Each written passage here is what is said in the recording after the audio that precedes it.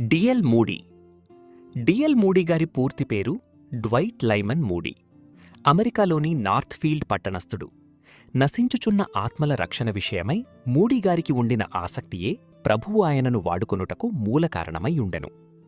తనవలె ఇతరులు రక్షింపబడవలెనని వాంఛగలవాడై ప్రతిరోజూ కనీసం ఒక్కరికైనా సువార్త చెప్పకుండా నిద్రపోనని ఒక బలమైన తీర్మానం చేసుకొనెను. పగలంతా ప్రయాసపడి అలసట చెందుట వలన రాత్రివేళ తీర్మానం జ్ఞాపకమునకు వచ్చిన వెంటనే పడక నుండి లేచి ఒక్కనికైనా సువార్తను ప్రకటించి తన తీర్మానాన్ని కాపాడుకొనెను. ఒకరోజు మిల్వాకీ అనే పట్టణమునకు వెళ్లగోరి రైలుబండి ఎక్కెను. మూడీ ప్రవేశించిన పెట్టెలో ఒక వ్యాపారి తన అసిస్టెంట్తో కూర్చుని ఉండెను. వెంటనే మూడీ, స్నేహితుడా, మీరు ఎక్కడికి వెళ్ళుచున్నారు అని అడిగెను.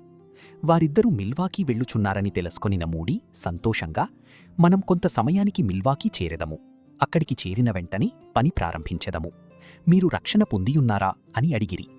ఆ వ్యాపారి లేదని బదులిచ్చెను. మూడీ తన బైబుల్ తెరచి క్రీస్తును ప్రకటించెను. మిల్వాక్ చేరుకొనుటకు ముందే క్రీస్తును వారి రక్షకుడిగా అంగీకరింపచేసెను. ఆ ప్రయాణం వ్యాపారి జీవితంలో ఒక నూతన అధ్యాయమైనది. ఆఫీసులో ఉన్నా, మార్కెట్లో ఉన్నా, బస్సు, ఆటో, రైలులో, మరెక్కడున్నా నీ ప్రక్కన కూర్చున్న వారికి క్రీస్తు ప్రేమను నీవెప్పుడైనా చాటావా?